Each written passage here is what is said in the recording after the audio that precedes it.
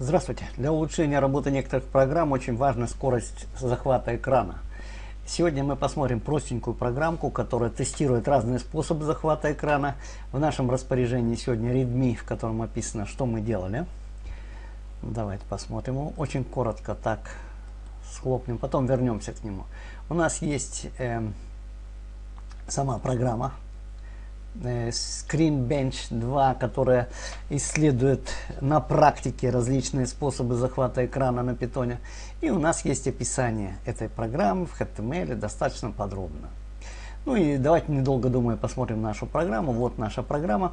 Как всегда, то, что здесь я показываю, спокойно скачиваете без ограничений с моего сайта, изменяете, проверяете, ну и учитываете для желания.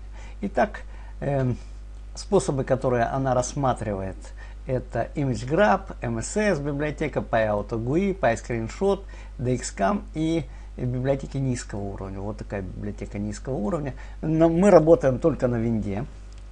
Сегодня я работаю в семерке здесь, и вот результат работы на Python 3.6. Чтобы не задерживать вас, поскольку итераций для каждого способа было 100, то одна из последних, PyScreenshot, очень долго выполняет итерацию, поэтому я здесь просто поставил уже результат работы этой программы.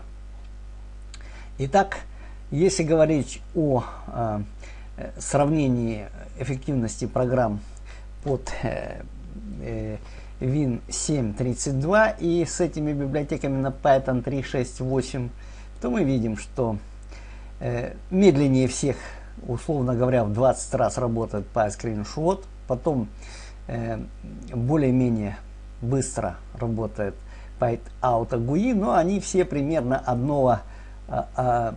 одной скоростью работают. Предыдущие библиотеки работают примерно одной скоростью, а именно они позволяют порядка 30 с небольшим кадров в секунду снимать с экрана.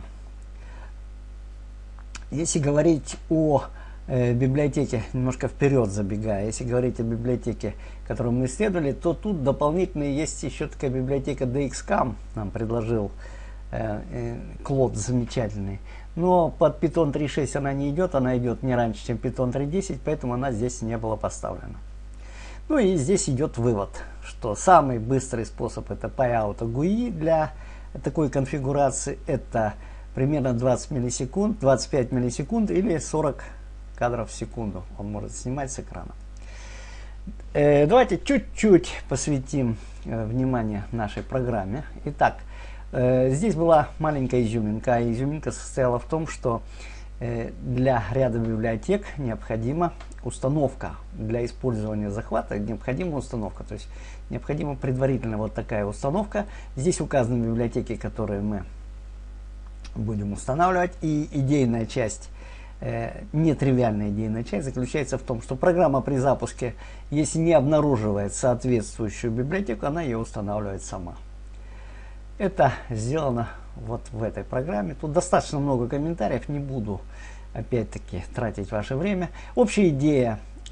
Программа предполагает запуск параметрами и без параметров. Если мы запускаем ее без параметров, то она выполняет около сотни захватов экрана, после чего выдает соответственно минимальный, максимальный, ну и средний результат. Вот так выглядит сама программа. Запускной, конечно, у нас с вами это main, как всегда, в консольном варианте. Main достаточно простой. Здесь по дефолту, как я уже говорил, выполняется 100 захватов. Но не буду на этом заморачивать историю. Давайте посмотрим описание. Как всегда, я приделал к этой программе описание. И вот описание у нас в HTML вот в таком виде. Назначение программы.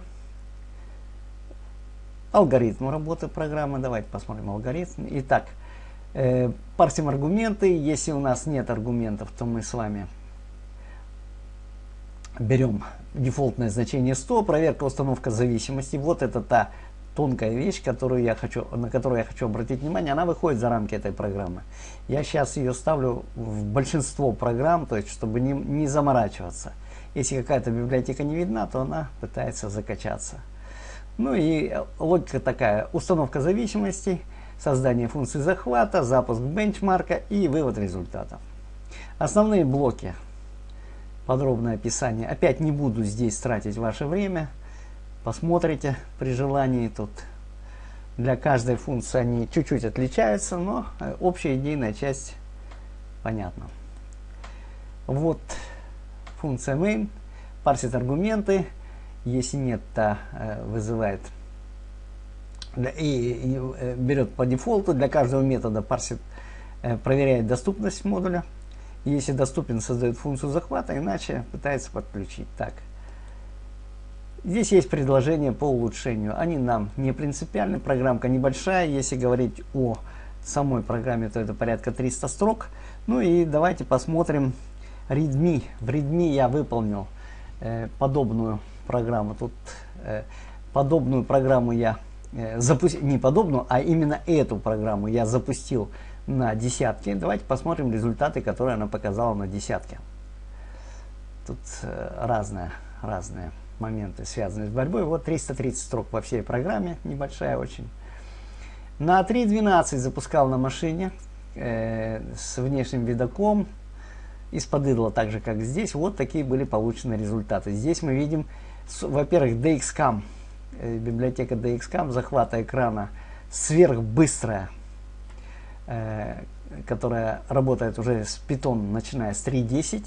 И мы видим, что она, ну, скажем так, на 2 порядка обгоняет все остальные программы. Все остальные программы примерно в одном и том же диапазоне работают. Количество кадров в секунду даже хуже, чем для 3.6. Для этих PyScreenshot вообще 2 секунды потребует, вернее, всего 2 кадра на секунду берет. Но библиотека DXCAM замечательно совершенно, позволяет нам 6000 кадров на секунду снимать с экрана. Мы посмотрели также на другом питоне, на другой машине, у которой встроенный видак. Ну, давайте посмотрим, что здесь у нас.